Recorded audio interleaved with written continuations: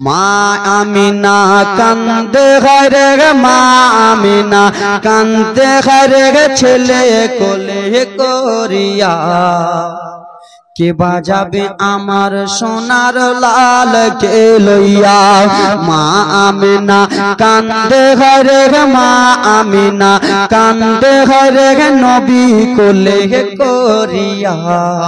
কে বাজাবে আমার সোনার লাল কে লইয়া দেব না দেব না কাউকে লালন পালন করব আমি নিজের কাছে মা আমেনার দিল যে বলে মা আমেনার প্রাণ যে বলে দেখব পরাণে ভরিয়া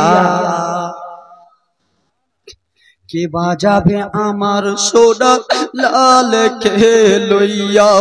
মা আমিনা কান্দে ঘরে নবী কোলে করিয়া মা আমিনা কান্দে ঘরে ছেলে কোলে করিয়া কে বাজাবে আমার সোনার লাল কে লইয়া দেব না দেব না কাউকে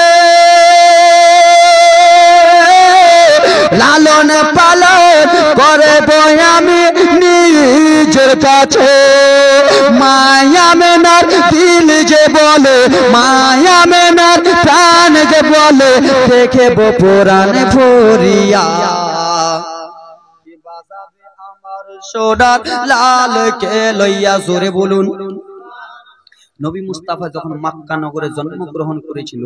তাইফের মহিলারা মক্কা ছেলেগুলোকে নিয়ে চলে গেল দুধ খাওয়ার জন্য, কিন্তু আমার নবীর বাবা নাই বলে নবীকে মা আমিনাকে ঘুরিয়ে দিয়ে দিল, অবহেলা করে দিল। ও আমিনা তোমার ছেলেকে নিয়ে নাও, তোমার স্বামী বেঁচে নাই, তো আমাকে টাকা পয়সা কে দেবে? তাই জন্য কবি কত সুন্দর করে বলে, মা আমিনা শেরের মাধ্যমে বলে, থাকে তো যে মুহাম্মদের পিতা হাজার দুঃখ